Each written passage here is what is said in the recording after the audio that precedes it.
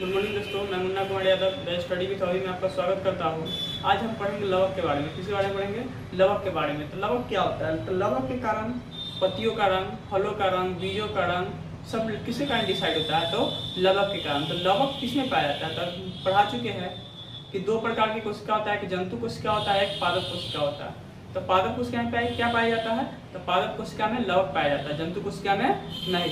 तो पादप कोशिका में जो लवक पाया जाता है, तो लवक ही कहाँ रहता है, किस भाग में कोशिका के? तो ये कोशिका द्रव में रहता है। कैसे कहाँ रहता है? कोशिका द्रव में रहता है। इसका संरचना कैसा है? तो लवक का संरचना कैसा है? तो तस्तरी नुमा, गोलाकार, अंडाकार। ठीक है।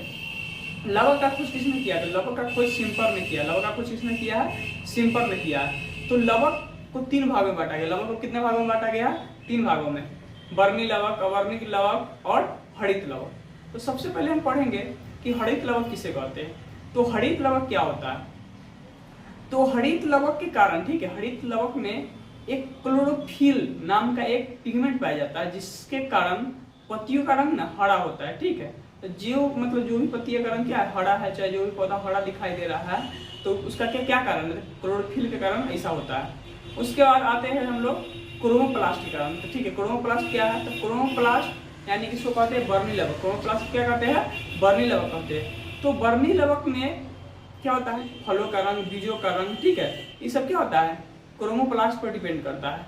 तो क्रोमोप्लास्ट पर डिपेंड करता है।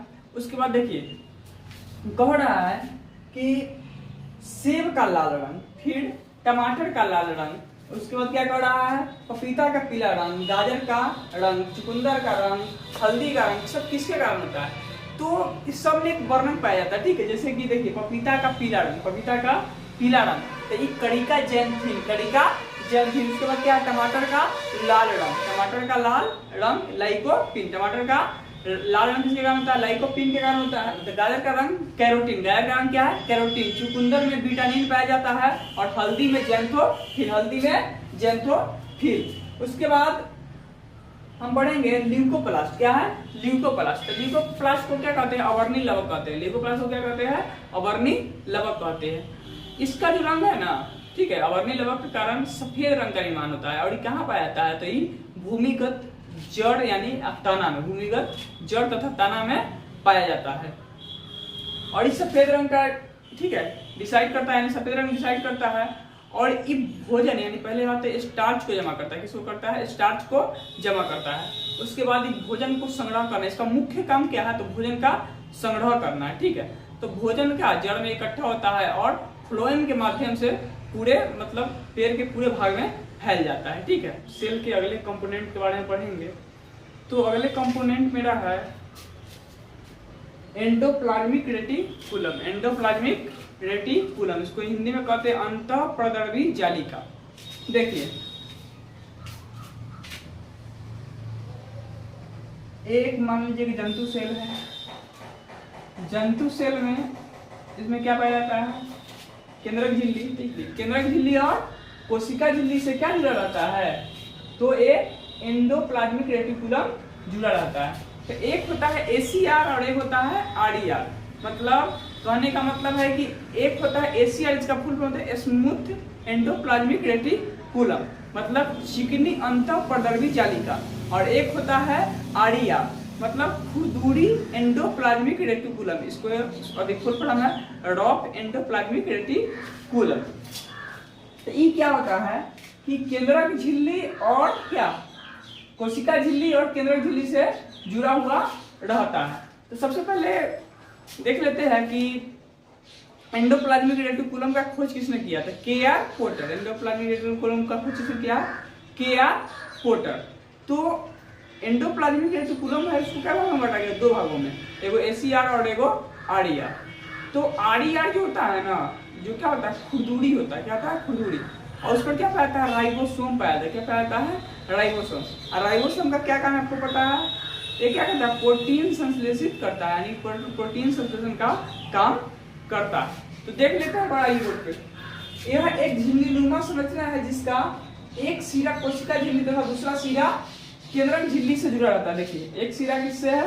कोशिका झिल्ली, दूसरा केंद्रक झिल्ली से जुड़ा हुआ है। दोनों का देख लीजिए। यह कोशिका का आधार प्रदान करता है, इसका मतलब बेस, ठीक है, प्रदान करता है। यह कोशिका द्रव में पाया जाता है। देखिए ये कोशिका है पूरा, ये जो बिंदु बिंदु टाइप के ना सब क्या है, द्रव है। क्या है, कोशिका द्रव है। तो ये क्या चीज में पाया गया है, कोशिका द्रव में पाया गया है, तो इसलिए क्या लिखा गया कि यह कोशिका द्रव में पाया जाता है। यह दो प्रकार के होता है, एक रफ एंडोप्लाज्मिक रेटिकुलम RER, इसके सतह पर क्या पाया जाता है, राइबोसोम। देखिए इसके सतह पर क्या पाया गया है, राइबोसोम। ये क्या है, RER, ठीक है। और ये क्या है, इसके सतह पर नहीं पाया गया, चिकना है, क्या हो गया, SER। SER को कहते हैं स्मूथ एंडोप्लाज्मिक रेटिकुलम, और इसको रफ एंडोप्लाज्मिक रेटिकुलम, इसको हिंदी नाम क्या है, खुरदुरी अंतःप्रदर्भी जालिका, इसका चिकनी अंतःप्रदर्भी जालिका।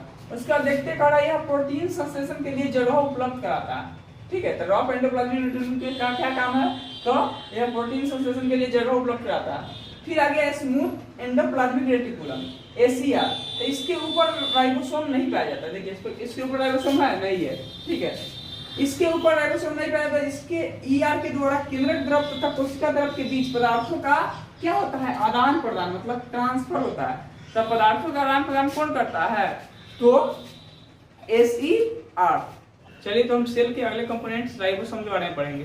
तो राइबोसोम का खोज किसने किया था, राइबोसोम का खोज किसने किया है, पैलेट ने। किसने किया है, पैलेट ने। तो राइबोसोम कैसा संरचना है, तो एक खुरदुरी संरचना है, ठीक है, एक डॉट डॉट टाइप के दर्शाता है, ठीक है।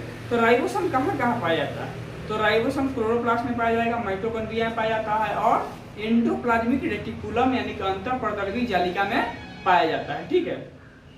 तो राइबोसोम दो प्रकार का होता है, एक 70S प्रकार और एक 80S प्रकार का होता है। तो 70S प्रकार वाला कहाँ कहाँ पाया जाता है, तो 70S प्रकार का जो राइबोसोम है एक प्रोकैरियोटिक में होता है, और यह बैक्टीरिया ब्लू ग्रीन एल्गी में पाया जाता है, और इसको साइनोबैक्टीरिया भी कहते हैं, ठीक है। फिर 80S प्रकार का जो राइबोसोम है, ठीक है, वो क्या किसमें पाया जाएगा, तो एनिमल में और प्लांट में पाया जाएगा। 80S प्रकार कहाँ पाया जाएगा, एनिमल और प्लांट में।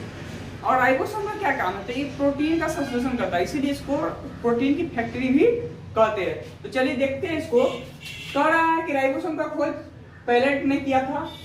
राइबोसोम एक दानेदार संरचना है जो कोशिका द्रव, माइटोकॉन्ड्रिया, क्लोरोप्लास्ट और एंडोप्लाज्मिक रेटिकुलम के सतह पर पाया जाता है। यह दो प्रकार का होता है।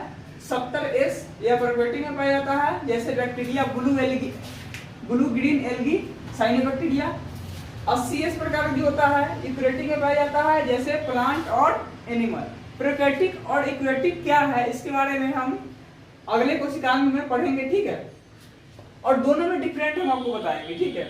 उसके बाद राइबोसोम में S सिवेटबर्ग यूनिट को दर्शाता है, ठीक है, राइबोसोम, और यह प्रोटीन का निर्माण करता है, इसीलिए इसको प्रोटीन की फैक्ट्री भी कहा जाता है, किसको, राइबोसोम को। तब तक के लिए थैंक्स, और हमारे चैनल द स्टडी विद अभी को लाइक और सब्सक्राइब करें।